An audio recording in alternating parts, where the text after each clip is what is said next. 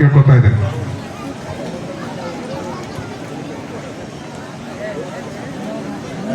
ಇಂದು ಗೋಟ್ರೆ ಗ್ರಾಮದಲ್ಲಿ ಸತ್ಯ ಶೋಧಕ ಸಂಘ ಕರ್ನಾಟಕ ಜಮಖಂಡಿ ತಾಲೂಕು ಜಾತ್ಯತೀತ ಬಹುತ್ವ ಕರ್ನಾಟಕದ ಸಂಕಲ್ಪದ ಸರ್ವಜಾತಿ ಸರ್ವಧರ್ಮ ಸಹೋದರತ್ವ ಸಮಾವೇಶ ಬಸವ ಭೀಮ ಸಂಗಮ ಇದರ ಕಾರ್ಯಕ್ರಮದ ಉದ್ಘಾಟನೆಯನ್ನು ನೆರವೇರಿಸಿಕೊಟ್ಟಿರುವಂಥ ವೇದಿಕೆಯನ್ನು ಹಂಚಿಕೊಂಡಿರುವಂಥ ನಮ್ಮ ಕರ್ನಾಟಕ ಸರ್ಕಾರದ ಲೋಕೋಪಯೋಗಿ ಸಚಿವರು ಆತ್ಮೀಯರಾದ ಸತೀಶ್ ಜಾರಕಿಹೊಳಿ ಅವರೇ, ಇನ್ನೋರು ನಮ್ಮ ಜಿಲ್ಲಾ ಉಸ್ತುವಾರಿ ಸಚಿವರು ಸಣ್ಣ ಕೈಗಾರಿಕೆ ಸಚಿವರಾದ ಆತ್ಮೀಯರಾದ ವಿಜಯಾನಂದ ಕಾಶ್ಯಪ್ನವರವರೇ, ಸಿದ್ದು ಕೊಣ್ಣೂರವರೇ, ಪರಶುರಾಮ್ ಮಹಾರಾಜರವರೇ ಹಾಗೂ ವೇದಿಕೆಯನ್ನು ಹಂಚಿಕೊಂಡಿರುವಂಥ ಎಲ್ಲ ಗೌರವಾನ್ವಿತರೇ, ತಾಯಂದಿರೇ, ಹಿರಿಯರೇ, ಪತ್ರಿಕಾ ಮಾಧ್ಯಮದ ಸ್ನೇಹಿತರೆ,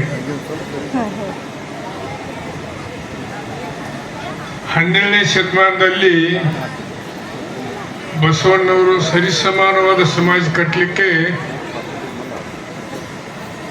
ಈಗ ನಮ್ಮ ಪರಶುರಾಮರವರು ಹೇಳಿದ ಹಾಗೆ ಅನೇಕ ಜಾತಿ ಜನಾಂಗದ ಕೆಳಸ್ತರಗಳ ಜನರನ್ನು ಸೇರಿಸಿ ಅದರ ಜೊತೆಗೆ ಅನುಭವ ಮಂಟಪವನ್ನು ಮಾಡಿ ಪ್ರಯತ್ನ ಮಾಡಿದರು. ಅವರೇನು ಮಾಡಿದ್ದಾರೆ ಅದಕ್ಕೆ ಇವತ್ತು ತದ್ವಿರುದ್ಧವಾಗಿ ನಾವೆಲ್ಲರೂ ನಡೆದುಕೊಳ್ಳಿಕ್ಕೆ ಬಸವಣ್ಣವರ ತತ್ವಗಳಿಗೆ ತಿಲಾಂಜಲಿ ನೀಡಿದ್ದೀವಿ. ಬಸವಣ್ಣವರ ತತ್ವಗಳು ಕೇವಲ ಭಾಷಣದಲ್ಲಿ ಇದೆ ವಿನಃ ಇಂಪ್ಲಿಮೆಂಟೇಷನ್ ಆಗ್ತಾ ಇಲ್ಲ. ಇದು ದುರ್ದೈವ. 900 ವರ್ಷಗಳ ನಂತರ ಸಹಿತ ಬಸವಣ್ಣವರ ತತ್ವಗಳಿಗೆ ನಾವು ಅನ್ಯಾಯ ಮಾಡಲಿಕ್ಕೆ ಹತ್ತಿದ್ದೀವಿ ಅನ್ನುವಂಥ ಮಾತನ್ನು ಸ್ಪಷ್ಟವಾಗಿ ಹೇಳಲಿಕ್ಕೆ ಇಚ್ಛೆ ಮಾಡ್ತೀನಿ ನಾನು. ಆಮೇಲೆ ಎರಡನೇದ್ದು, ಈ ಜಗತ್ತಿರ್ಬೋದು, ನಮ್ಮ ದೇಶ ಇರ್ಬೋದು, ಅನೇಕ ಜಾತಿ ಧರ್ಮಗಳದಾವೆ. ಇವೇನು ಮಾನವ ನಿರ್ಮಿತನೋ ಅಥವಾ ದೇವ ನಿರ್ಮಿತನೋ ಅಂತದನ್ನು ವಿಚಾರ ಮಾಡುವಂಥ ಕಾಲ ಬಂದಿದೆ. ಎಲ್ಲವುಗಳು ಮಾನವ ನಿರ್ಮಿತ. ಯಾರು ದೇವರು ಆ ಧರ್ಮ ಈ ಧರ್ಮ ಆ ಜಾತಿ ಈ ಜಾತಿ ಅಂತೇಳಿ ಗುರುತಿಸಿಲ್ಲ. ಅದಕ್ಕೆ ನಾನು ಆ ಜಾತಿಯವ ಈ ಜಾತಿಯವ ಅಂದ್ರೆ ನಾವು ಯಾವ ಕುಟುಂಬದೊಳಗೆ ಹುಟ್ಟಿ ಬಂದಿರ್ತೀವಿ, ಅವ್ರನ್ನ ಇಂಥ ಜಾತಿಯವರು ಅಂತ ಗುರುತಿಸಿದ್ದೀವಿ, ಅದು ನಮ್ಮ ಬೆನ್ನಿಗೆ ಹತ್ತೈತಿ. ಆಮೇಲೆ ಅಸ್ಪೃಶ್ಯತೆ ಅನ್ನುವಂಥದ್ದು ಎಲ್ಲಿವರೆಗೆ ಹೋಗೋದಿಲ್ಲ. ಸರಿ ಸಮಾನವಾದ ಸಮಾಜವನ್ನು ಕಟ್ಟಲಿಕ್ಕೆ ಸಾಧ್ಯವೇ ಇಲ್ಲ. ಇವತ್ತಿನವರೆಗೂ ಸಹಿತ ಗುಡಿ ಗುಂಡಾರದೊಳಗೆ ಅಸ್ಪೃಶ್ಯರಿಗೆ ಅವಕಾಶ ಇಲ್ಲ. ಅಂದರೆ ಯಾವ ದಿಕ್ಕಿನೊಳಗೆ ನಮ್ಮ ದೇಶ ನಮ್ಮ ರಾಜ್ಯ ಸಾಗ್ತಾ ಇದೆ, ಸಮಾಜ ಸಾಗ್ತಾ ಇದೆ ಅನ್ನುವಂಥದ್ದನ್ನು ವಿಚಾರ ಮಾಡುವಂಥ ಕಾಲ ಬಂದಿದೆ. ಪಾಪ ನೀವು ಅಸ್ಪೃಶ್ಯರ ಕುಟುಂಬದೊಳಗೆ ಹುಟ್ಟಿದ್ರೆ ಅಸ್ಪೃಶ್ಯ ನಿಮ್ಮ ಜಾತಿ ನಿಮ್ಮ ಬೆನ್ನಿಗೆ ಹತ್ತಿ. ಕೆಲವರು ಮೇಲೋರ್ಗವ್ರ ಕುಟುಂಬದೊಳಗೆ ಹುಟ್ಟಿದ್ದಾರೆ, ಮೇಲೋರ್ಗೆ ಜಾತಿ ಅವ್ರ ಬೆನ್ನಿಗೆ ಹತ್ತಿದೆ. ನಿಮ್ಮದೇನು ತಪ್ಪಿದೆ? ಯಾಕೆ ನಿಮ್ಮನ್ನು ಸರಿಸಮಾನವಾಗಿ ಕಾಣ್ತಾ ಇಲ್ಲ? ಅದಕ್ಕೆ ಕಾರಣ ಏನಪ್ಪ ಅಂದರೆ ಎರಡು. ಒಂದು ಆರ್ಥಿಕವಾಗಿ ಹಿಂದುಳಿದಿರುವಿಕೆ, ಎರಡನೇದು ಶೈಕ್ಷಣಿಕವಾಗಿ. ಇವತ್ತು ನಾವು ಅಂಬೇಡ್ಕರನ್ನು ಗೌರವಿಸ್ತೀವಿ. ಕಾರಣ ಏನಂದ್ರೆ ಅಂಬೇಡ್ಕರ್ ಸಂವಿಧಾನ ಬರೆದಾರಂತ ಅಷ್ಟೇ ಅಲ್ಲ, ಅವರಲ್ಲಿ ಇದ್ದಂಥ ವಿದ್ವತ್ತು, ಪ್ರಖಂಡ ಪಾಂಡಿತ್ಯತನ, ಅದನ್ನು ನಮ್ಮ ಜಗತ್ತಿನಲ್ಲೇ ಒಂದು ಆಶ್ಚರ್ಯಕರವಾದ ರೀತಿಯಲ್ಲಿ ನಮಗೆ ಸಂವಿಧಾನವನ್ನು ಕೊಟ್ಟಿದ್ದಾರೆ. ಆ ಸಂವಿಧಾನ ಇವತ್ತು ಏನಾದರೂ ಹಾಳು ಮಾಡಲಿಕ್ಕೆ ಹೊಂಟಿದ್ದಾರೆ ಕೆಲವರು. ಅದಾಯ್ತಂದ್ರೆ ನಾವು ಸಹಿತ ಎಲ್ಲರೂ ಹಾಳಾಗಿ ಹೋಗ್ತೀವಿ ಅನ್ನುವಂಥ ಮಾತನ್ನು ಹೇಳಿಕ್ಕೆ ಇಚ್ಛೆ ಮಾಡ್ತೀನಿ. ನಾವು ಸಂವಿಧಾನ ಉಳಿಸಬೇಕಾಗಿದೆ. ಅಂಬೇಡ್ಕರ್ ಬಸವಣ್ಣವರ ತತ್ವಗಳನ್ನು ಉಳಿಸ್ಕೊಳ್ಬೇಕಾಗಿದೆ. ಅದು ನಡೀತಾ ಇಲ್ಲ. ಅಂಬೇಡ್ಕರ್ ಸಂವಿಧಾನ ಇದರೊಳಗೆ ಹೇಳಿದ್ರು, ಈ ರಿಸರ್ವೇಷನ್ ಅನ್ನುವಂಥದ್ದು 10 ವರ್ಷಕ್ಕಿಂತ ಹೆಚ್ಚು ಮುಂದುವರಿಬಾರ್ದು ಅಂತ ತಿಳ್ಕೊಂಡು. ಅಂದ್ರೆ 10 ವರ್ಷದೊಳಗೆ ಪ್ರತಿಯೊಂದು ಅಸ್ಪೃಶ್ಯ ಕುಟುಂಬಗಳು ಶಿಕ್ಷಣ ವಂಚಿತರು ಶಿಕ್ಷಣವಂತರಾಗಿ ಸರಿಸಮರಾಗಿ ಬಾಳ್ಬೇಕನ್ನೋ ಆಸೆ ಇತ್ತು. ಸ್ವಾತಂತ್ರ್ಯ ಸಿಕ್ಕ 70 ವರ್ಷಗಳ ನಂತರ ಸಹಿತ ನಮ್ಮಲ್ಲಿ ಇನ್ನೂ ಶಿಕ್ಷಣದಿಂದ ವಂಚಿತರಾಗಿದ್ದೀವಿ. ಆದರೆ ಹಿಂದಿನ ಕಾಲಕ್ಕೂ ಈಗಿನ ಕಾಲಕ್ಕೂ ವಿಚಾರ ಮಾಡಿದಾಗ ಸಾಕಷ್ಟು ವಿದ್ಯಾವಂತರಾಗಿದ್ದಾರೆ, ಪ್ರಜ್ಞಾವಂತರಾಗಿದ್ದಾರೆ. ಇದು ನಮ್ಗೆ ನಾನು ಕೇಳ್ತೀನಿ, 2ನೇ ಬಸವಣ್ಣ ಹುಟ್ಟಬೇಕಂದ್ರೆ ಪರಶುರಾಮ ಅವರು ನೀವು ಹುಟ್ಟಬೇಕೇನು? ಯಾಕಂದ್ರೆ ಯಾರು ನಿಮ್ಮಷ್ಟು ಇಷ್ಟು ವರ್ಷಗಳಿಂದ ಇದನ್ನ ಇಡೀ ಸಂಘರ್ಷವನ್ನು ಮಾಡ್ತಾ ಬರ್ತಾ ಇದ್ದೀರಿ, ತಿಳುವಳಿಕೆ ಕೊಡ್ಲಿಕ್ಕೆ ಹತ್ತಿದ್ದೀರಿ. ಅದು ಎಷ್ಟರ ಮಟ್ಟಿಗೆ ಯಶಸ್ವಿ ಆಗ್ತೈತಿ, ಬೆಳೆದೈತಿ ಅನ್ನೋದು 2ನೇ ಪ್ರಶ್ನೆ. ನಿಮ್ಮ ಹೋರಾಟ ಮುಂದುವರಿಸಿ ನಿಮ್ಮ ಜೊತೆಗೆ ನಾವು ಇರ್ತೀವಿ. ಇನ್ನು ಸನ್ಮಾನ್ಯ ಸತೀಶ್ ಜಾರಕಿಹೊಳಿ ಅವರು ಮಾನವ ಬಂಧುತ್ವ ವೇದಿಕೆಯನ್ನು ಹುಟ್ಟುಹಾಕಿದರು. ನಮ್ಮಲ್ಲಿ ಇರ್ತಕ್ಕಂಥ ಮೌಢ್ಯಗಳನ್ನು ಹೋಗಲಿಕ್ಕೆ ಇವತ್ತಿನವರೆಗೆ ಅವರು ಹೋರಾಟ ಮಾಡ್ತಾ ಇದ್ದಾರೆ. ಅವರು ಸ್ಮಶಾನದೊಳಗೆ ವಸತಿ ಮಾಡ್ತಾರೆ, ಸ್ಮಶಾನದೊಳಗೆ ವಸತಿ ಮಾಡಿ ಕಾರ್ಯಕ್ರಮ ಮಾಡ್ತಾರೆ. ಮಾನವ ಬಂಧುತ್ವ ವೇದಿಕೆ ಮುಖಾಂತರ ಜನರಲ್ಲಿ ಪರಿವರ್ತನೆ ಮಾಡಬೇಕನ್ನುವಂಥದ್ದನ್ನು ಸಾಕಷ್ಟು ವರ್ಷಗಳಿಂದ ಪ್ರಯತ್ನ ಮಾಡಲಿಕ್ಕೆ ಹತ್ತಿದ್ದಾರೆ. ಎಷ್ಟು ಜನ ನಾವು ಅದನ್ನು ಸ್ವೀಕಾರ ಮಾಡಿದ್ದೀವಿ, ಎಷ್ಟು ಜನ ನಾವು ಅದನ್ನು ಒಪ್ಕೊಂಡಿದ್ದೀವಿ, ಎಷ್ಟು ಜನ ನಾವು ಬದಲಾವಣೆ ಆಗಿದ್ದೀವಿ ಅನ್ನುವಂಥದ್ದನ್ನು ಆತ್ಮವಿಮರ್ಶೆ ಮಾಡಿಕೊಳ್ಬೇಕಾಗಿದೆ. ಅದಕ್ಕೆ ಇವತ್ತು ಕೋಟೆ ಗ್ರಾಮ, ಇದು ನನ್ನ 10 ವರ್ಷ ನಾನು ಶಾಸಕನಾಗಿ ಕೆಲಸ ಮಾಡಿದ್ದೀನಿ. 94ರಿಂದ 2004ರವರೆಗೆ ಒಂದು ಮಾತು ನನಗೆ ಇವತ್ತಿನೂ ನೆನಪಿದೆ. ಅವತ್ತು ಮೊದಲೇ ದಿವಸ ಈ ಗ್ರಾಮದ ಪ್ರಚಾರಕ್ಕೆ ಬಂದಿದ್ದೆ. ನಾನು ಬಂದ ಸಂದರ್ಭದೊಳಗನ ಆಗಿನ JDS ಅಭ್ಯರ್ಥಿಗಳಾದ ಎಳಿಗುತ್ತಿಯವರು ಬಂದಿದ್ದರು. ಎಳಿಗುತ್ತಿಯವರು ವೇದಿಕೆನ ಹಚ್ಚಿಕೊಡ್ಲಿಲ್ಲ ಕೋಟೆ ಗ್ರಾಮದವರು. ನನಗೆ ಅವಕಾಶ ಮಾಡಿಕೊಟ್ಟು ಮೊದಲೇ ಬಾರಿ ಶಾಸಕನಾಗಲಿಕ್ಕೆ ನಿಮ್ಮ ಗ್ರಾಮದ ಸಾಕಷ್ಟು ಕೊಡುಗೆ ಇದೆ, ನಿಮ್ಮ ಹಿರಿಯರ ಕೊಡುಗೆ ಇದೆ ಅನ್ನುವಂಥದ್ದು ನೆನೆಸ್ಕೊಂಡು ಹೆಚ್ಚು ಮಾತಾಡ್ಲಿಕ್ಕೆ ಹೋಗೋದಿಲ್ಲ. ದಯಮಾಡಿ ಬಸವಣ್ಣವರ ತತ್ವಗಳನ್ನು, ಅಂಬೇಡ್ಕರ್ ಅವರ ಸಿದ್ಧಾಂತಗಳನ್ನು ಒಪ್ಕೊಂಡು ನಾವು ಶಿಕ್ಷಣವಂತರಾಗಬೇಕಾಗಿದೆ, ಆರ್ಥಿಕ ಚೈತನ್ಯವನ್ನು ಪಡೆದುಕೊಳ್ಳಬೇಕಾಗಿದೆ. ಆ ನಿಟ್ಟಿನೊಳಗೆ ಎಲ್ಲರೂ ಕೆಲಸ ಮಾಡಿ ಆವಾಗ ಮಾತ್ರ ಸರಿ ಸಮಾನವಾದ ಸಮಾಜ ಕಟ್ಟಲಿಕ್ಕೆ ಸಾಧ್ಯವಿದೆ ಅನ್ನುವಂಥ ಮಾತು. ಯಾಕಂದರೆ ಈಗ ನೋಡ್ರಿ, ಯಾವ ಒಬ್ಬ ದಲಿತ IAS IPS ಅಥವಾ ಇನ್ನೊಂದು ಅಧಿಕಾರಿ ತಹಸೀಲ್ದಾರ್ ಇರ್ಬೋದು, DC ಅವರಿಗೆ ಬಂದ್ರಂದ್ರೆ ಅವರು ನಾವೆಲ್ಲರೂ ನಮ್ಮ ಮಗಳ ಕುಂಡಿಸಿ ಹೋಗ್ತೀವಿ, ಯಾವುದೇ ಅನಾಧಾರ ಮಾಡೋದಿಲ್ಲ, ಗೌರವದಿಂದ ಕಾಣ್ತೀವಿ. ಕಾರಣ ಏನಂದ್ರೆ ಆ ಮನುಷ್ಯನಲ್ಲಿದ್ದಂಥ ಶಿಕ್ಷಣ ಮತ್ತು ಹುದ್ದೆ, ಅದನ್ನು ಪ್ರತಿಯೊಬ್ಬರು ಪಡೆದುಕೊಳ್ಳಿಕ್ಕೆ ನೀವು ನಿಮ್ಮ ಸಾಲ ಸೌಲ ಮಾಡಿ ಆದರೂ ಮಕ್ಕಳಿಗೆ ಒಳ್ಳೆಯ ಶಿಕ್ಷಣ ಕೊಡ್ರಿ, ಅವ್ರಿಗೆ ಶಿಕ್ಷಣವಂತರನ್ನಾಗಿ ಮಾಡಿರಿ.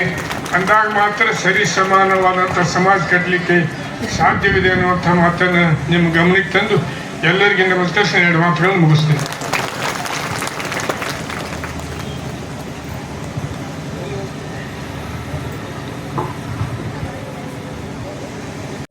ಈ ಕಾರ್ಯಕ್ರಮವನ್ನು ಉದ್ದೇಶಿಸಿ ಸಹೋದರತ್ವ ಸಮಾವೇಶವನ್ನು ವಿದ್ಯುತ್ವಾಗಿ ಉದ್ಘಾಟನೆ ಮಾಡಿರ್ತಕ್ಕಂಥ ಕರ್ನಾಟಕ ಸರ್ಕಾರದ ಲೋಕೋಪಯೋಗಿ ಸಚಿವರಾಗಿರ್ತಕ್ಕಂಥ ಸನ್ಮಾನ್ಯ ಶ್ರೀ ಸತೀಶ್ ಜಾರಕಿಹೊಳಿ ಸಾಹೇಬರು ಈ ಕಾರ್ಯಕ್ರಮವನ್ನು ಉದ್ದೇಶಿಸಿ ಮಾತನಾಡಬೇಕು ಅಂತ ಹೇಳಿ ಅವರಲ್ಲಿ ಕೇಳ್ಕೊತಾ ಇದ್ದೀವಿ.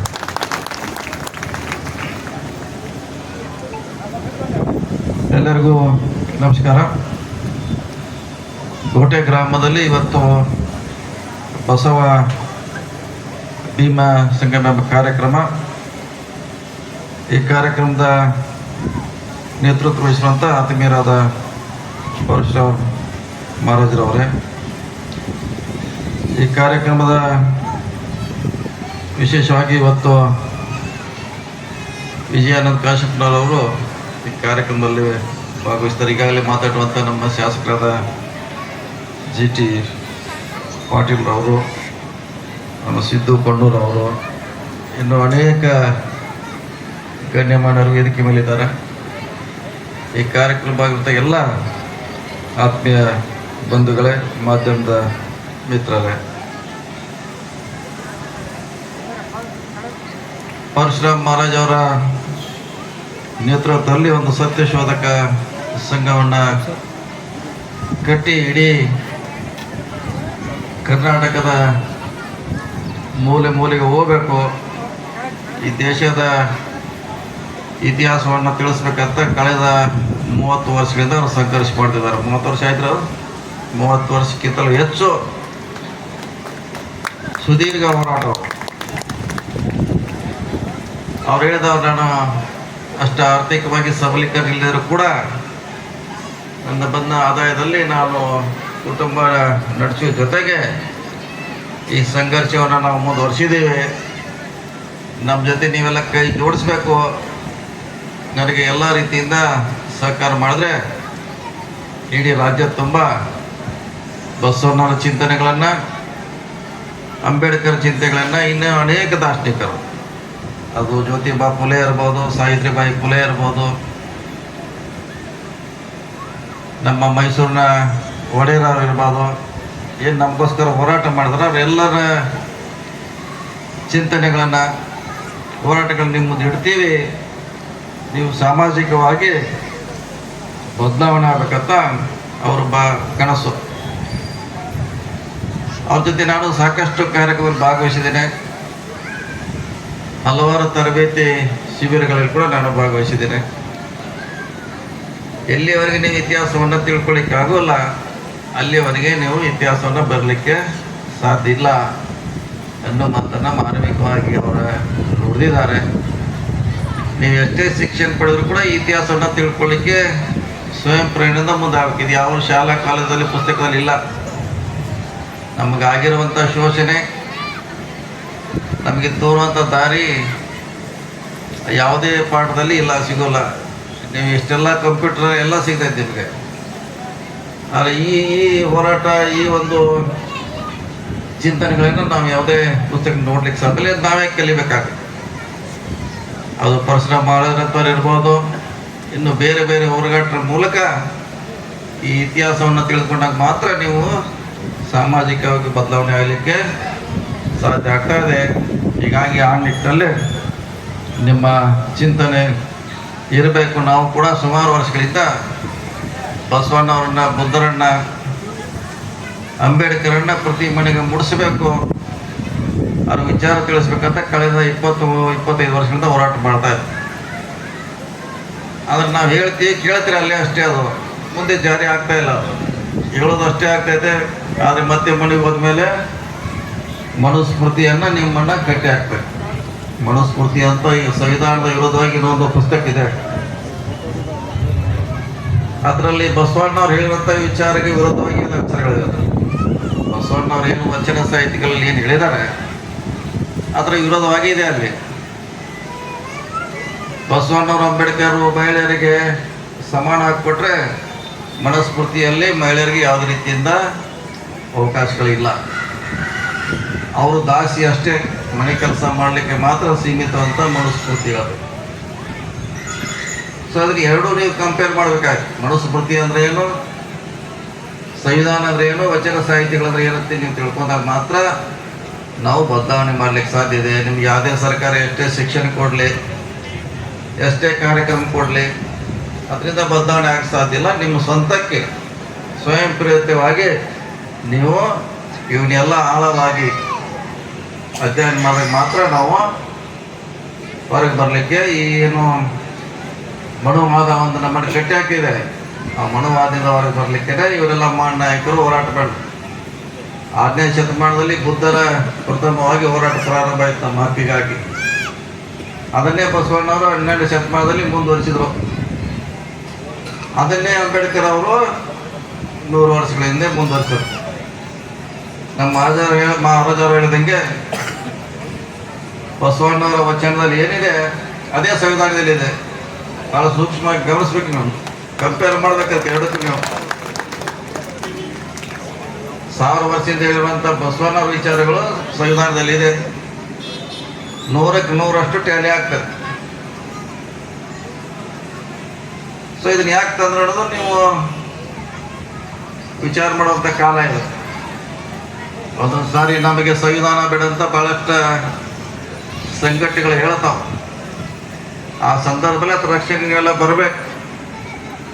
ಈಗ ಹೇಳಿದಂಗೆ ಮೊನ್ನೆ ಖರ್ಗೆಜಿ ಅವರ ಕಾರ್ಯಕ್ರಮ ಕಂಡ ಶುಚಿಗೊಳಿಸುವಂಥ ಕಾರ್ಯಕ್ರಮ ಅದು ಅವ್ರು ಟೆಸ್ಟ್ ಮಾಡ್ಲಿಕ್ಕೆ ನೋಡ್ತಿರ್ತಾರ. ಅವ್ರು ನೀವು ಅದಕ್ಕೆ ವಿರೋಧ ಮಾಡ್ತಾರ ಇಲ್ಲ. ಮೊನ್ನೆ ಇತ್ತಿತ್ತಲಾಗಿ ಒಬ್ಬ ಸ್ವಾಮಿಗಳು ಬಸವಣ್ಣವ್ರ ವಿರೋಧ ಮಾತಾಡ್ಲಿಕ್ಕೆ ಶುರು ಮಾಡಿದಾರೆ. ನೀವು ಅವ್ರ ವಿರೋಧವಾಗಿ ಮಾತಾಡ್ತಾರ ಇಲ್ಲ. ಮಾತಾಡ್ದಿಲ್ಲ ಅಂದ್ರೆ ಅವ್ರು ಸಣ್ಣಂಗೆ ಅವ್ರ ಇತಿಹಾಸದಿಂದ ದೂರ ಕಳಿಸುವಂಥ ಪ್ರಯತ್ನ. ಯಾವಾಗ ಪ್ರತಿಭಟನೆ ಮಾಡ್ತಾರೆ ಅವಾಗ ಅವರು ಸುಮ್ಮನೆ ಇರ್ತಾರೆ, ವಿರೋಧ ಮಾಡಲಿಕ್ಕೆ ಹೋಗಲ್ಲ. ಅದಕ್ಕೆ ದಯವಿಟ್ಟು ಬಸವಣ್ಣವ್ರ ಬಗ್ಗೆ, ಅಂಬೇಡ್ಕರ್ ಅವ್ರ ಬಗ್ಗೆ, ಬಸವಣ್ಣವ್ರ ಬಗ್ಗೆ ಯಾರು ವಿರೋಧ ವ್ಯಕ್ತಪಡಿದ್ರೆ ನಾವು ಅದಕ್ಕೆ ವಿರೋಧ ಮಾಡಿದಾಗ ಮಾತ್ರ ಅದು ಉಳಿಸ್ಲಿಕ್ಕೆ ಸಾಧ್ಯ. ಇಲ್ಲ ನಾವು ಇತಿಹಾಸದಿಂದ ಅಳಿಸುವಂತ ಪ್ರಯತ್ನ ಆಗ್ತಾ ಇದೆ. ಛತ್ರಪತಿ ಶಿವಾಜಿ ಮಹಾರಾಜ್ ಅವರ ಇತಿಹಾಸ ಕೂಡ ಅಳಿಸುವಂತ ಪ್ರಯತ್ನ ಆಗಿತ್ತು.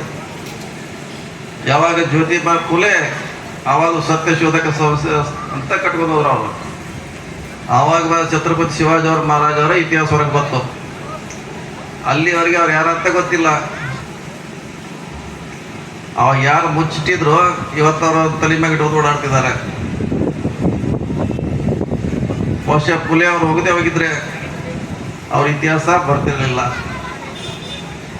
ಬಸವಣ್ಣವರು ಇತಿಹಾಸ ಕೂಡ ಒಂದು 400 ವರ್ಷವರೆಗೆ ಮುಚ್ಚಾಕಿರು.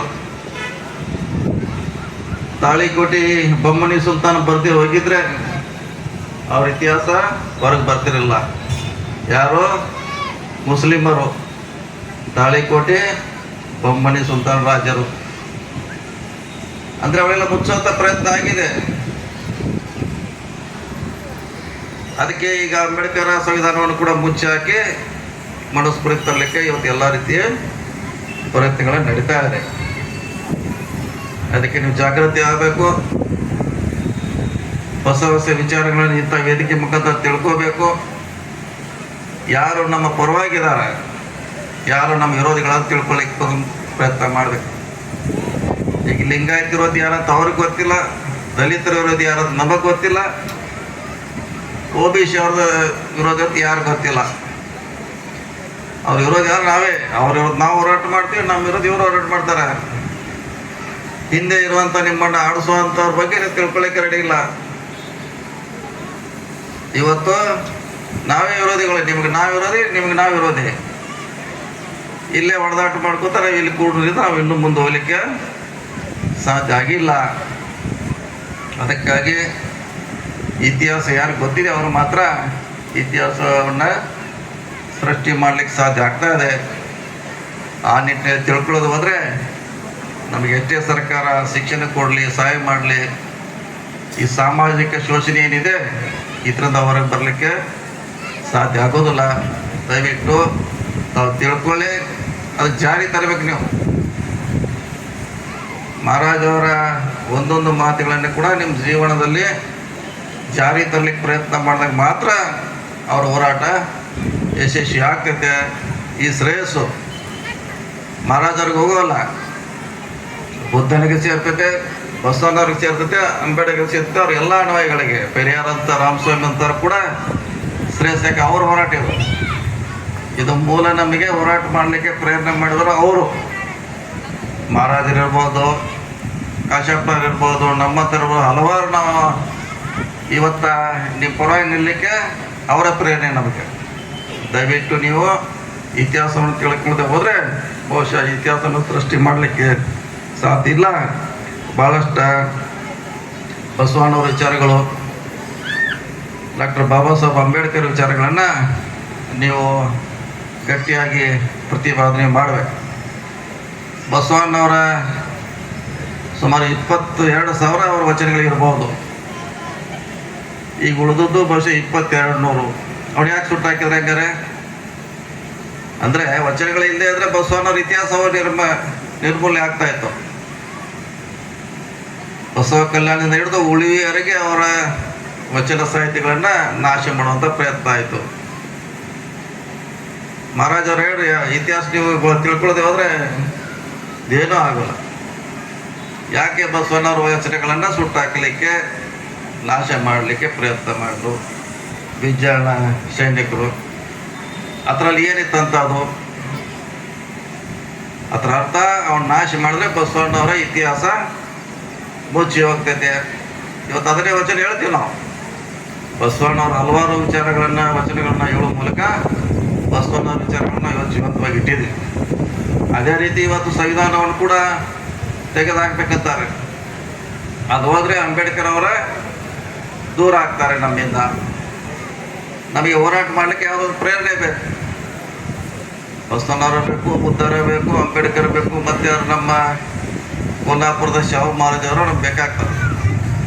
ಇತಿಹಾಸದಲ್ಲಿ ಅವರ ಹೋರಾಟವನ್ನು ಅಳಿಸಾಕುವಂಥ ಭಾಳಷ್ಟು ಪ್ರಯತ್ನಗಳು ನಡೆದಿದೆ.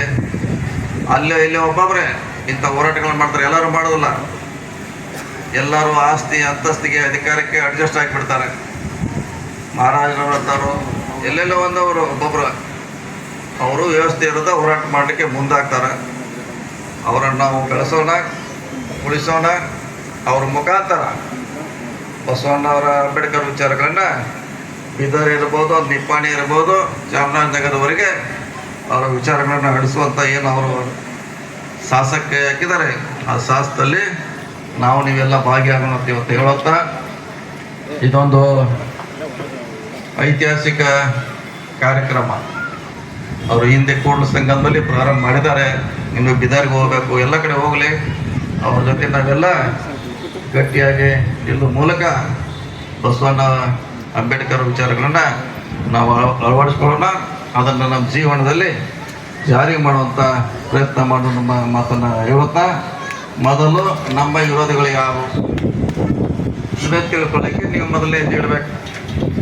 ಇಲ್ಲಂದ್ರೆ ನಮ್ಮನ್ನು ನಾವು ಜಗಳದು, ನಿಮ್ಮ ನಾವು ಜಗಳದು, ಇಲ್ಲಾಗೆ ನಾವು ಇಲ್ಲಿವರೆಗೆ ನಿಂತಿದ್ದೀವಿ. ನಾವು ನಿಜವಾದ ನಮ್ಮ ವಿರೋಧಿಗಳು ಯಾರು ತಿಳಿದಾಗ ನಾವು ಖಂಡಿತವಾಗಿ ನಮ್ಮ ಏನು ಕಳ್ಕೊಂಡಿದ್ದೀವಿ, ಆಸ್ತಿಗಳಿರ್ಬೋದು, ನಮ್ಮ ಅಧಿಕಾರ ಇರ್ಬೋದು, ಶಿಕ್ಷಣ ಇರ್ಬೋದು, ಅವನ್ನೆಲ್ಲ ಪಡೀಲಿಕ್ಕೆ ಸಾಧ್ಯ ಆಗ್ತದೆ. ನಮ್ಮ ಮಕ್ಕಳು ಕೂಡ ಸಮಾಜದ ಮುಖ್ಯವಾಹಿನಿಯಲ್ಲಿ ಬರಲಿಕ್ಕೆ ಸಾಧ್ಯ ಆಗ್ತದೆ. ಆ ನಿಟ್ಟಿನಲ್ಲಿ ನಾವೆಲ್ಲ ಮುಂದೆ ಸಾಗೋಣ. ಒಳ್ಳೆಯ ಪ್ರಯತ್ನ ಮಹಾರಾಜ್ ಅವರು ಮಾಡಿದ್ದಾರೆ. ನಿಮ್ಮ ಪರವಾಗಿ ನಾವೆಲ್ಲರೂ ಇದನ್ನು ಮಾಡ್ತಾನೆ ಮತ್ತೊಮ್ಮೆ ಹೇಳುತ್ತಾ ನಮಗೆ ವಂದಿಸಿ ಜೈ ಭೀಮ್, ಜೈ ಬಸವ.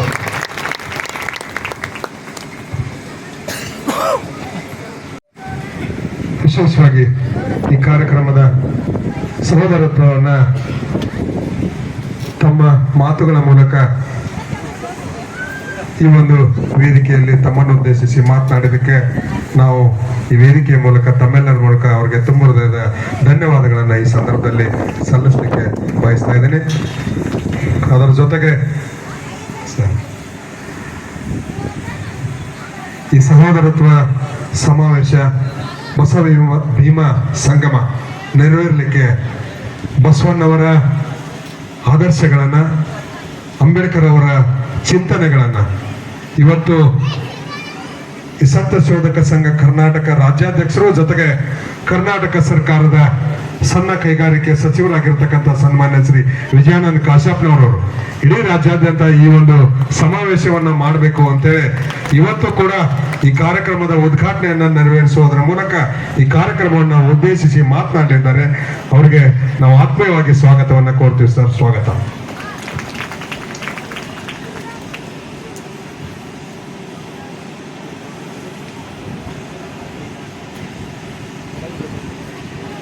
ಬುದ್ಧ, ಬಸವ, ಅಂಬೇಡ್ಕರರನ್ನ ನಾವು ಹನುಮಂದಿರದಲ್ಲಿ ಸ್ಮರಿಸಿಕೊಳ್ತಾ, ಸತ್ಯ ಶೋಧಕ ಸಂಘ ಕರ್ನಾಟಕ ಜಮಖಂಡಿ ತಾಲೂಕು ಅಡಿಯಲ್ಲಿ ಇಂದು ನೆರೆದಿರುವಂಥ ಬಸವ ಭೀಮ ಸಂಗಮ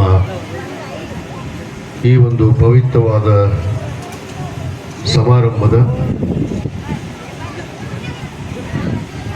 ವೇದಿಕೆಯ ಕಾರ್ಯಕ್ರಮದಲ್ಲಿ ಭಾಗವಹಿಸಿ ತಮ್ಮನ್ನು ಉದ್ದೇಶಿಸಿ ಅತ್ಯಂತ ಮಾರ್ಮಿಕವಾಗಿ ಮಾತನಾಡಿರುವಂಥ ಈ ಕಾರ್ಯಕ್ರಮದ ಉದ್ಘಾಟನೆಯನ್ನು ನೆರವೇರಿಸಿರುವಂಥ ಹಿರಿಯರು, ಕರ್ನಾಟಕ ಗಣ ಸರ್ಕಾರದ ಲೋಕೋಪಯೋಗಿ ಇಲಾಖೆಯ ಸಚಿವರು, ಮಾರ್ಗದರ್ಶಕರು ಆದಂಥ ಸನ್ಮಾನ್ಯ ಸತೀಶ್ ಜಾರಕಿಹೊಳಿ ಸಾಹೇಬರೇ, ಈ ಕಾರ್ಯಕ್ರಮದಲ್ಲಿ ಭಾಗವಹಿಸಿ ತಮ್ಮನ್ನು ಉದ್ದೇಶಿಸಿ ಮಾತನಾಡಿರುವಂಥ ಹಿರಿಯರು, ಆತ್ಮೀಯರು ಆದಂತಹ ಬೀಳ್ಗಿ ಮತಕ್ಷೇತ್ರದ ಜನಪ್ರಿಯ ಶಾಸಕರಾದಂಥ ಸನ್ಮಾನ್ಯ ಜೆ.ಟಿ. ಪಾಟೀಲ್ ಸಾಹೇಬರೇ, ಹಾಗೂ ವೇದಿಕೆ ಮೇಲೆ ಅತಿಥಿಗಳಾಗಿ ಉಪಸ್ಥಿತಿರುವಂತಹ ಯುವ ಮುಖಂಡರು, ಆತ್ಮೀಯ ಸೋದರಾದಂತಹ ಸಿದ್ದು ಕೊಣ್ಣೂರವರೇ, ಈ ಕಾರ್ಯಕ್ರಮದ ಕೇಂದ್ರ ಬಿಂದು ರೂವಾರಿಗಳು, ಆತ್ಮೀಯರು ಆದಂಥ ಪರಶುರಾಮ್ ಮಹಾರಾಜ್ನವರವರೇ, ಹಾಗೂ ವೇದಿಕೆ ಮೇಲೆ ಉಪಸ್ಥಿತಿರುವಂಥ ನಜೀರ್ ಕಂಗನಳ್ಳಿ ಅವರೇ, ಸುಶೀಲ್ ಕುಮಾರ್ ಬೆಳಗಲಿ ಅವರೇ, ಹಾಗೂ DSS ಸಂಘಟನೆಯ ಅಧ್ಯಕ್ಷರಾದಂಥ ಬಸವರಾಜ್ ಅವರೇ, ಹಾಗೂ ನಮ್ಮ ವಾಲ್ಮೀಕಿ ಸಮಾಜದ ಬಾಗಲಕೋಟೆ ಜಿಲ್ಲಾ ಅಧ್ಯಕ್ಷರಾದಂಥ ಶ್ರೀಶೈಲ್ ಅಂಟಿನವರೇ, ಹಾಗೂ ಹಿರಿಯರಾದಂಥ ಬಸವರಾಜ್ ಸಿಂಧೂರು ಅವರೇ, ಹಾಗೂ ಉಪಸ್ಥಿತಿರುವಂಥ ಎಲ್ಲ ನಮ್ಮ ಸಮೀರ್ ಇಲಾಯಿ ಅವರೇ, ಹಾಗೂ ಉಪಸ್ಥಿತಿರುವಂಥ ಎಲ್ಲ ಈ ಸಂಘಟನೆಯ ಮುಂಚೂಣಿಯಲ್ಲಿರುವಂಥ ಎಲ್ಲ ಗೌರವಾನ್ವಿತ ಅತಿಥಿಗಳೇ, ಈ ಒಂದು ಸಮಾರಂಭದಲ್ಲಿ ಭಾಗವಹಿಸಿರುವಂಥ ಗೋಟೆ ಗ್ರಾಮ ಹಾಗೂ ಸುತ್ತಮುತ್ತಲಿನ ಗ್ರಾಮದ ಎಲ್ಲ ಗುರು ಹಿರಿಯರೇ, ತಾಯಂದಿರೇ, ಯುವ ಮಿತ್ರರೇ, ಮಾಧ್ಯಮದ ಸ್ನೇಹಿತರೇ, ಎಲ್ಲರಿಗೂ ನನ್ನ ಶರಣಾರ್ಥಿಗಳು. ಬಂಧುಗಳೇ, ಸಮಯ ಆಗಿದೆ. ಈಗಾಗಲೇ ನಮ್ಮ ಮಾನ್ಯ ಗಣ ಸರ್ಕಾರದ ಸಚಿವರು, ಹಿರಿಯರಾದಂಥ ಸನ್ಮಾನ್ಯ ಜಾರಕಿಹೊಳಿ ಸಾಹೇಬರು, ಇವತ್ತು ಅವರು ಅಂದರೆ ನಮಗೆಲ್ಲರಿಗೂ ಒಂದು ಸ್ಫೂರ್ತಿ. ಅವರು ಮಾತಾಡುವಂಥ ವಿಚಾರಧಾರೆಗಳನ್ನು ನೀವೆಲ್ಲ ಭಾಳಷ್ಟು ಅರ್ಥ ಮಾಡ್ಕೊಂಡಿದ್ದೀವಿ ಅನ್ನೋ ಮಾತನ್ನು ಕೂಡ ನಾನು ಈ ಸಂದರ್ಭದಲ್ಲಿ ಹೇಳ್ತಾ, ಇವತ್ತು ಬಸವ ಭೀಮ ಸಂಗಮ, ಬಸವಾದಿ ಶರಣರ ಒಂದು ಪವಿತ್ರವಾದ ಭೂಮಿ ನಮ್ಮದು. ಭೀಮ ನಮ್ಮ ಡಾಕ್ಟರ್ ಬಾಬಾ ಸಾಹೇಬ್ ಅಂಬೇಡ್ಕರ್ ಅವರು, ಸಂವಿಧಾನ ಶಿಲ್ಪಿ, ನಮಗೆಲ್ಲರಿಗೂ ಸಂವಿಧಾನವನ್ನು ಕೊಟ್ಟು ಸಮಾನತೆಯನ್ನು, ಸಾಮಾಜಿಕ ನ್ಯಾಯವನ್ನು ಕೊಟ್ಟು ಇವತ್ತು ಭಾರತ ದೇಶದ ಒಂದು ತತ್ವ ಸಿದ್ಧಾಂತ ಸಂವಿಧಾನದಿಂದಲೇ ಇವತ್ತು ಸಮಾನತೆ ಮತ್ತು ಸಾಮಾಜಿಕ ನ್ಯಾಯವನ್ನು ಕಂಡಂತ ಇವತ್ತು ನಾವೆಲ್ಲ ಭಾರತ ದೇಶದ ಪ್ರಜೆಗಳು ಅನ್ನೋ ಮಾತನ್ನ ಬಹಳ ಹೆಮ್ಮೆಯಿಂದ ಹೇಳಕ್ಕೆ ಇಚ್ಛೆ ಪಡ್ತೇನೆ. ಇಂಥ ಒಂದು ಸಮಾರಂಭದಲ್ಲಿ ಬಹುತೇಕ ನಾವು ಪರಶುರಾಮ್ ಮಹಾರಾಜ್ನವರು, ಅಣ್ಣ ಬಸವಣ್ಣನವರ ಐಕ್ಯ ಭೂಮಿ, ತಪೋಭೂಮಿ ಅಂತ ನಾವು ಹೇಳ್ತೀವಿ.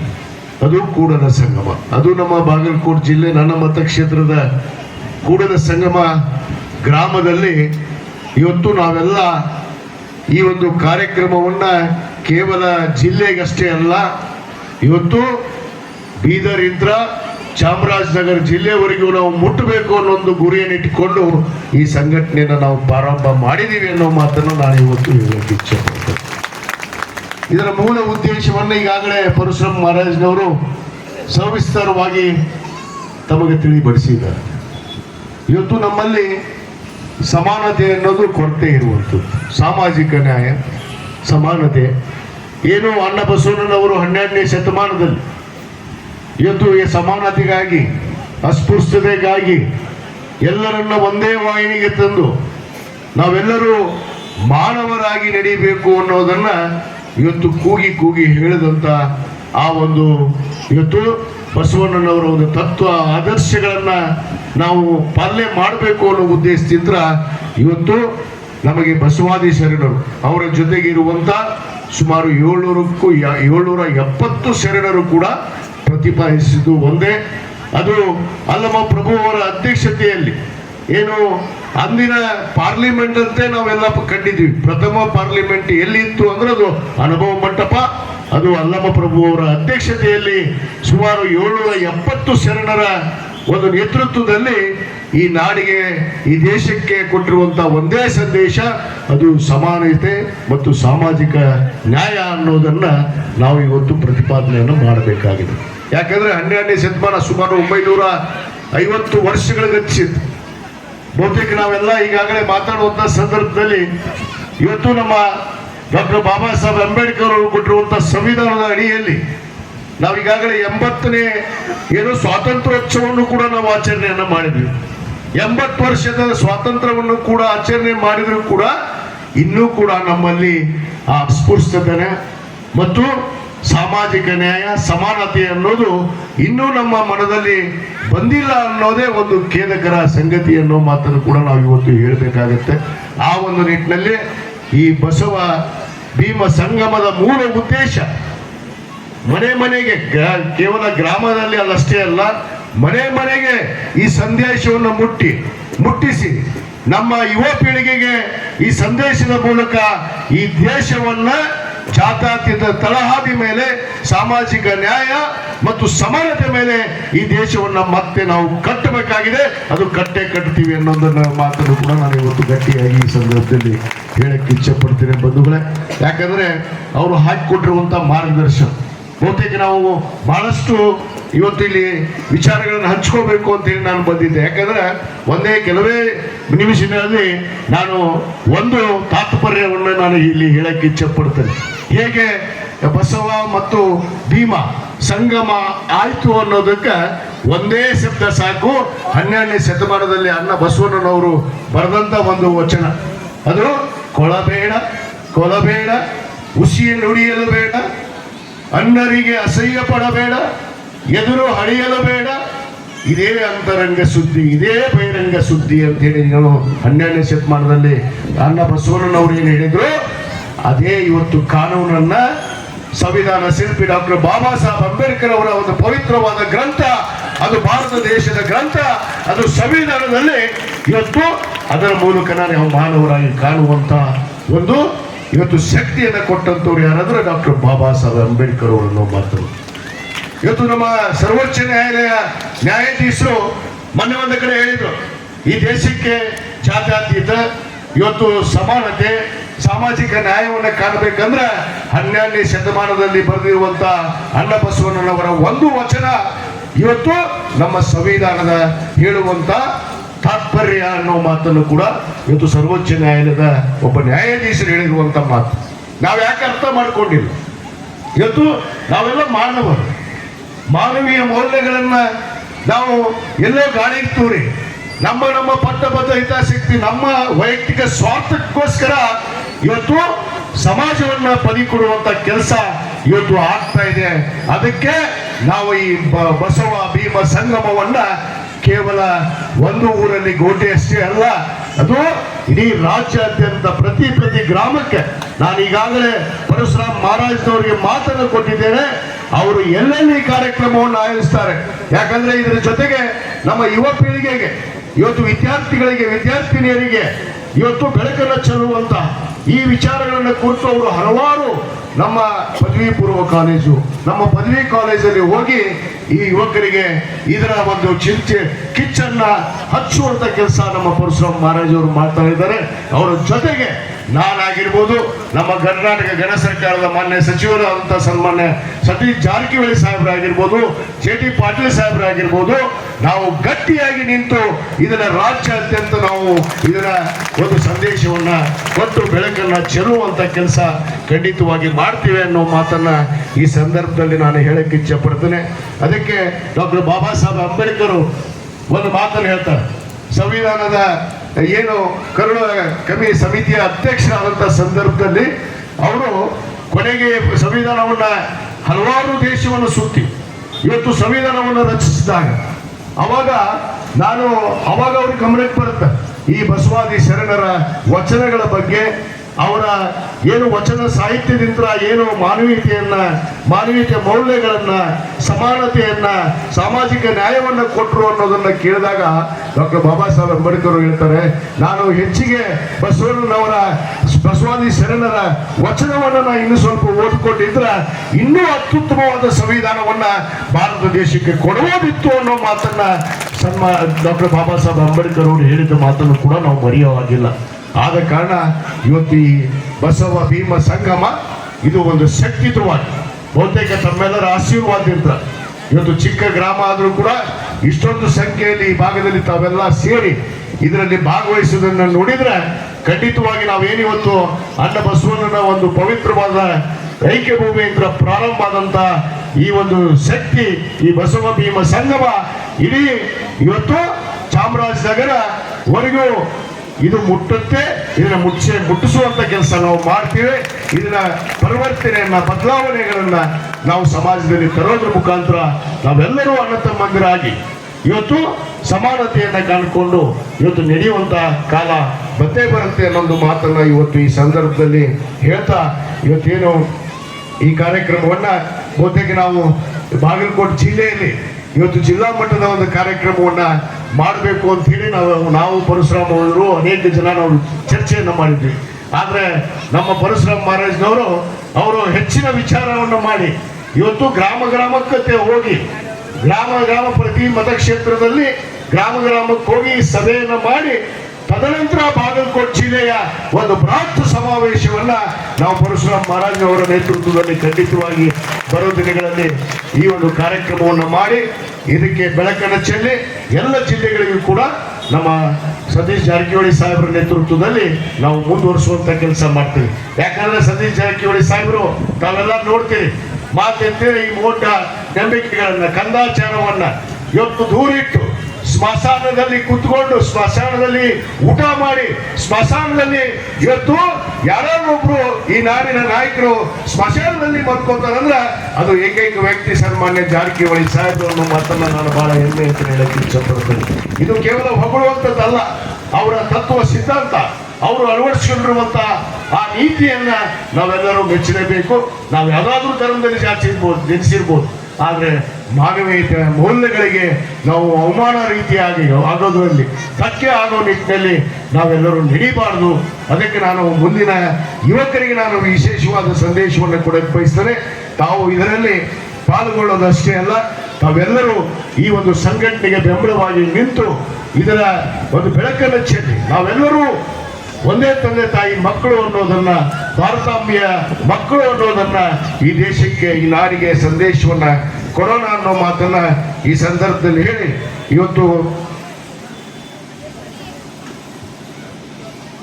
ಬಸವಣ್ಣನವರ ಕಾಯಕ ದಾಸೋಹ ಮತ್ತು ಡಾಕ್ಟರ್ ಬಾಬಾ ಸಾಹೇಬ್ ಅಂಬೇಡ್ಕರ್ ಅವರ ಏನು ಇವತ್ತು ಸಂವಿಧಾನದ ವಿಚಾರಧಾರೆಗಳನ್ನ ನಾವು ಹಂಚುವಂತ ಕೆಲಸವನ್ನ ನಾವು ಖಂಡಿತವಾಗಿ ಮಾಡ್ತೇವೆ. ಅದಕ್ಕೆ ತಮ್ಮೆಲ್ಲರ ಆಶೀರ್ವಾದ ಸಹಕಾರ ಇರಲಿ ಅಂತ ಹೇಳಿ ಈ ಸಂದರ್ಭದಲ್ಲಿ ಕೇಳ್ತಾ ಮತ್ತೊಮ್ಮೆ ಈ ಕಾರ್ಯಕ್ರಮಕ್ಕೆ ನನ್ನನ್ನು ಉದ್ಘಾಟಕರಾಗಿ ಬರಮಾಡಿಕೊಂಡು ಇಲ್ಲಿ ನನಗೆ ಭಾಗವಹಿಸೋದಕ್ಕೆ ಅವಕಾಶ ಕೊಟ್ಟು ಮಾತಾಡೋಕ್ಕೆ ಅವಕಾಶ ಕೊಟ್ಟಿರುವಂಥ ನಮ್ಮ ಪರಶುರಾಮ್ ಮಹಾರಾಜ್ನವರಿಗೆ ಮತ್ತು ಎಲ್ಲವರ ಸಂಘಟಕರಿಗೆ ನಾನು ವಿಶೇಷವಾದ ಕೃತಜ್ಞತೆಗಳನ್ನು ಧನ್ಯವಾದಗಳನ್ನು ಅರ್ಪಿಸಿ ಜೈ ಬಸವ, ಜೈ ಭೀಮ, ಜೈ ಕರ್ನಾಟಕ, ಜೈ ಹಿಂದ್.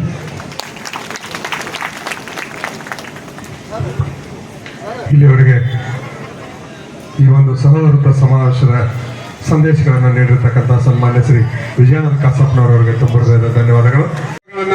ಪಡೆದವರ ಮೂಲಕ ನೀಟ್ ಪರೀಕ್ಷೆಯಲ್ಲಿ 566 ಅಂಕಗಳನ್ನು ಪಡೆದು ನಮ್ಮ ಬೆಂಗಳೂರು ಕಾಲೇಜಿಗೆ ಪ್ರಥಮ ಲಿಸ್ಟ್ ಅಲ್ಲಿ ಅವಳು ಸೆಲೆಕ್ಟ್ ಆಗಿದ್ದಾರೆ. ಅವರಿಗೆ ಸನ್ಮಾನ್ಯ ಸಚಿವರು ಇವರು ನಮ್ಮ ಶ್ರೀ ಸತೀಶ್ ಜಾರಕಿಹೊಳಿ ಸಾಹೇಬರು, ಶ್ರೀ ವಿಜಯಾನಂದ ಕಾಸಪ್ಪನವರು ಸಾಹೇಬರು ಅವರಿಗೆ ಸನ್ಮಾನವನ್ನು ನೆರವೇರಿಸಿ ಅವರಿಗೆ ಅಭಿನಂದನೆಗಳನ್ನ ಸಲ್ಲಿಸಬೇಕು ಅಂತ ಸರ್. ಕ್ಷಮಿಸಬೇಕು, ಒಂದು ವಿಚಾರವನ್ನು ಮರೆತೆ ಅದು ಗಡಿಬಿಡಿಯೊಳಗೆ ಸಮಯ. ದೇಶ ಕಂಡ ಅಪ್ರದೀಪ ನಾಯಕರು ಸನ್ಮಾನ್ಯ ನಮ್ಮ AICC ಅಧ್ಯಕ್ಷರು ಸನ್ಮಾನ್ಯ ಮಲ್ಲಿಕಾರ್ಜುನ್ ಖರ್ಗೆ ಸಾಹೇಬರಿಗೆ ಏನು ಉತ್ತರಾಖಂಡದಲ್ಲಿ ರಾಮಲೀಲಾ ಮೈದಾನದಲ್ಲಿ ಅವರು ಒಂದು ಕಾರ್ಯಕ್ರಮವನ್ನು ಉದ್ದೇಶಿಸಿ ಮಾತನಾಡಿ ಅವರು ನಿರ್ಗಮಿಸಿದ ಮೇಲೆ ಅಲ್ಲಿ ಮೈಲಿಗೆ ಆಯಿತು ಅಂತ ಹೇಳಿ ನಮ್ಮ ಮಹಾರಾಜನವರು ಹೇಳಿದ್ರು. ಮೈಲಿಗೆ ಆಗೈತೆ ಅಂತ ಹೇಳಿ ಇವತ್ತೇನೋ ಅಲ್ಲಿ ಪವಿತ್ರವನ್ನು ಘೋಷಿಸುವಂತ ಕೆಲಸ ಮಾಡಿರುವಂತ ಮನುಸ್ಮೃತಿ ಏನು ಮನುವಾದ ಮನುಸ್ಮೃತಿ ಯಾವ ವ್ಯಕ್ತಿಗಳಿಗೆ ಈ ವೇದಿಕೆ ಮುಖಾಂತರ ನಾನು ಧಿಕ್ಕಾರವನ್ನ ಕೋದಕ್ಕೆ ಇಚ್ಛೆ ಪಡ್ತೀನಿ. ಬಂಧುಗಳೇ, ನಿಮ್ಮ ಪರವಾಗಿ ಎಲ್ಲರ ಪರವಾಗಿ ಅವರಿಗೆ ಧಿಕ್ಕಾರವಿರಲಿ. ನಾನು ಕೇಂದ್ರ ಸರ್ಕಾರಕ್ಕೆ ಆಗ್ರಹವನ್ನು ಮಾಡ್ತೀನಿ. ಸನ್ಮಾನ್ಯ ಸತೀಶ್ ಜಾರಕಿಹೊಳಿ ಸಾಹೇಬರ ಆದಿಯಾಗಿ ಇವತ್ತು ಯಾರು ಅವರ ಅವಮಾನವನ್ನು ಮಾಡಿದ್ದಾರೆ ಅವರಿಗೆ ತಕ್ಕ ಶಿಕ್ಷೆ ಆಗಬೇಕು, ಅವರಿಗೆ ಕಠಿಣ ಶಿಕ್ಷೆ ಆಗಬೇಕು, ಅವ್ರ ಮೇಲೆ ಕ್ರಮ ಜರುಗಿಸಬೇಕು ಕೇಂದ್ರ ಸರ್ಕಾರ ಅನ್ನೋದನ್ನು ಕೂಡ ಒತ್ತಾಯ ಮಾಡ್ತೀನಿ. ನಾನು ನಾಳೆ ದಿವಸ ನಮ್ಮ ಏನು ಸದನ ಇದೆ, ನಮ್ಮ ವಿಧಾನಸಭೆ ಇದೆ ಬೆಂಗಳೂರಲ್ಲಿ, ಆ ವಿಧಾನಸಭಾ ಪೂರ್ವದಲ್ಲಿ 1 ಗಂಟೆಗಳ ಕಾಲ ಗಾಂಧೀಜಿಯವರ ಪ್ರತಿಮೆ ಮುಂದೆ 1 ತಾಸು ನಾನು ಇದರ ವಿರುದ್ಧ ಕುರಿತು ನಾನು ಒಂದು ಮೌನ ಪ್ರತಿಭಟನೆಯನ್ನು ಕೂಡ ನಾನು ಮಾಡ್ತೀನಿ ಅನ್ನೋ ಮಾತನ್ನ ಈ ವೇದಿಕೆ ಮುಖಾಂತರ ನಾನು ಹೇಳಕ್ಕೆ ಇಚ್ಛೆ ಪಡ್ತೇನೆ. ಧನ್ಯವಾದಗಳು. ಧನ್ಯವಾದಗಳು ಸರ್. ಸರ್, ಇಲ್ಲಿಯವರೆಗೆ ನಮ್ಮ ಜಮಖಂಡಿ ತಾಲೂಕಿನ ಗೋಟೆ ಗ್ರಾಮದಲ್ಲಿ ಬಹಳ ವಿಶೇಷವಾಗಿ ಈ ಸತ್ಯ ಶೋಧಕ ಸಂಘ ಕರ್ನಾಟಕ ಜಮಖಂಡಿ ತಾಲೂಕು ಜಾತ್ಯತೀತ ಬಹುತ್ವ ಕರ್ನಾಟಕ ಸಂಕಲ್ಪದ ಒಂದು ಸರ್ವ ಜಾತಿ ಸರ್ವಧರ್ಮ ಸಹೋದರತ್ವ ಸಮಾವೇಶ ಬಸವ ಭೀಮ ಸಂಗಮ ಈ ಒಂದು ಬೃಹತ್ ಸಮಾವೇಶದಲ್ಲಿ ಸರ್ ತುಂಬ ಹೃದಯದ ಧನ್ಯವಾದಗಳನ್ನ ಈ ಸಂದರ್ಭದಲ್ಲಿ ಸಲ್ಲಿಸಲಿಕ್ಕೆ ಬಯಸ್ತಾ ಇದ್ದೀವಿ. ಅದರ ಜೊತೆಗೆ ನಮ್ಮ ಊರಿನಲ್ಲಿ ಗೋಟೆ ಗ್ರಾಮದಲ್ಲಿ ಇಂಥ ಒಂದು ಕಾರ್ಯಕ್ರಮವನ್ನು ಆಯೋಜನೆ ಮಾಡಿ ಇಡೀ ನಮ್ಮ ಗೋಟೆ ಗ್ರಾಮದ ಜನತೆಗೆ ಜೊತೆಗೆ ಕರ್ನಾಟಕದ ಜನತೆಗೆ ಸಂದೇಶವನ್ನು ಸಿದ್ದು ಕೋಡೂರ್ ಅವರು, ಬಸವರಾಜ್ ಸಿಂಧೂರ್ ಅವರು, ನಜೀರ್ ಕಂಗ್ನೂರ್ ಅವರು, ಸಮೀರ್ ಕಂಗ್ನೂರ್ ಅವರು, ಬಿಜಿ ಪಾಟೀಲ್ ಅವರು, ಅನೇಕ ಗಣ್ಯರು ಈ ಕಾರ್ಯಕ್ರಮಕ್ಕೆ ಸಾಕ್ಷಿಯಾಗಿದ್ರು. ನಮ್ಮ ಸುಶೀಲ್ ಕುಮಾರ್ ಬೆಳಗಿನವರು ಅವರು ಕೂಡ ಈ ಕಾರ್ಯಕ್ರಮದಲ್ಲಿ ಭಾಗವಹಿಸಿದ್ರು. ಅವರಿಗೂ ಕೂಡ ನಾನು ಆತ್ಮೀಯವಾಗಿ ತುಂಬ ಧನ್ಯವಾದಗಳನ್ನ ಈ ಸಂದರ್ಭದಲ್ಲಿ ಸಲ್ಲಿಸಲಿಕ್ಕೆ ಬಯಸ್ತಾ ಇದ್ದೀನಿ. ಅದರ ಜೊತೆಗೆ ಈ ಕಾರ್ಯಕ್ರಮದಲ್ಲಿ ಸಾಕ್ಷಿಯಾಗಿರ್ತಕ್ಕಂಥ ಮಾಧ್ಯಮದ ಮಿತ್ರರು ಬಹಳ ವಿಶೇಷವಾಗಿ ಬಹಳ ಗೌರವವಾಗಿ ಕಾರ್ಯಕ್ರಮಕ್ಕೆ ಭಾಗವಹಿಸಿದ್ರು. ಅವರಿಗೂ ಕೂಡ ನಾನು